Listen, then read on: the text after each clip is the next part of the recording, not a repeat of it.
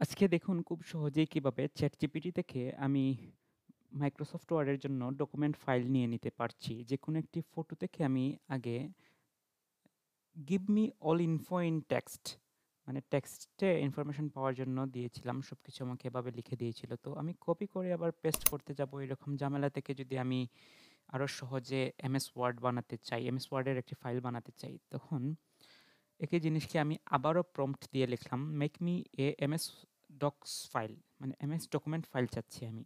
তারপর দেখুন আমাকে একটি ডাউনলোডেবল লিঙ্ক দিয়ে দিচ্ছে। এখানে ক্লিক করলেই দিয়ে দিচ্ছে আমাকে ডকুমেন্ট ফাইলটা, এবং আমি ওপেন করলেই দেখতে পারছি যে ফাইলটি অটোমেটিক কি সুন্দর ডকুমেন্টে চলে আসছে। তো এটি করতে গেলে আপনি কিভাবে করবেন সেটা যদি আমি শুরু থেকে আবার দেখাই, চ্যাটজিপিটিতে গেলাম এবং আমি একটি ফটো নিলাম যেখানে একটি ফটোতে কিছু ইনফরমেশন রয়েছে। সাপোজ ধরুন আমি এই ডকুমেন্টসটি নিলাম,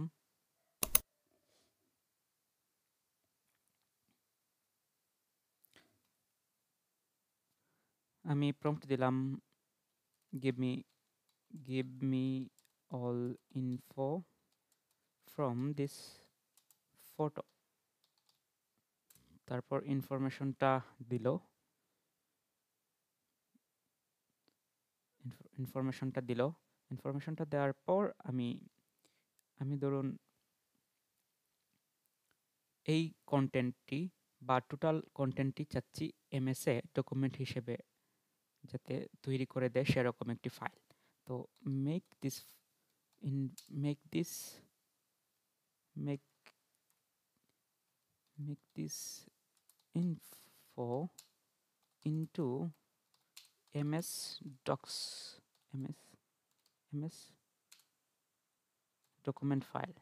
তো আবার প্রম্পট দেওয়ার পরই আমাকে আশা করছি দিয়ে দিবে একটি ডাউনলোডেবল লিঙ্ক, সেখান থেকে আমি ডকুমেন্টটি ডাউনলোড করে নিতে পারবো।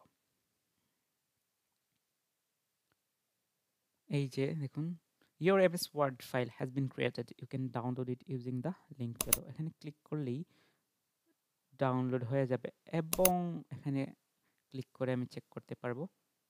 এই যে টোটাল টেক্সটটি আমাকে MS Word এর জন্য রিডেবল দিয়ে দিচ্ছে। এখন যদি আমি আবারও এই ফাইলটিকে ধরুন এই লেখাটা কপি করে প্রম্পট একটু চেঞ্জ করে দেই, ডকুমেন্ট দিয়েছিলাম, আমি এখন পিডিএফ দিব।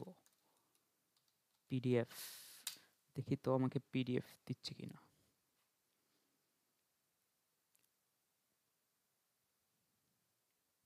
কিছুটা সময় নিবে, চ্যাটজিপিটিরও তো কিছু সময় লাগে।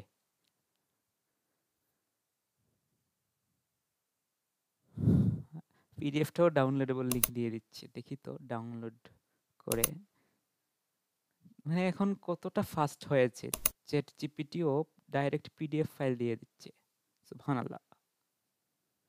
ধন্যবাদ, আজকে এতটুকু। আগামীতে আরও বিভিন্ন ভিডিও নিয়ে আসবো।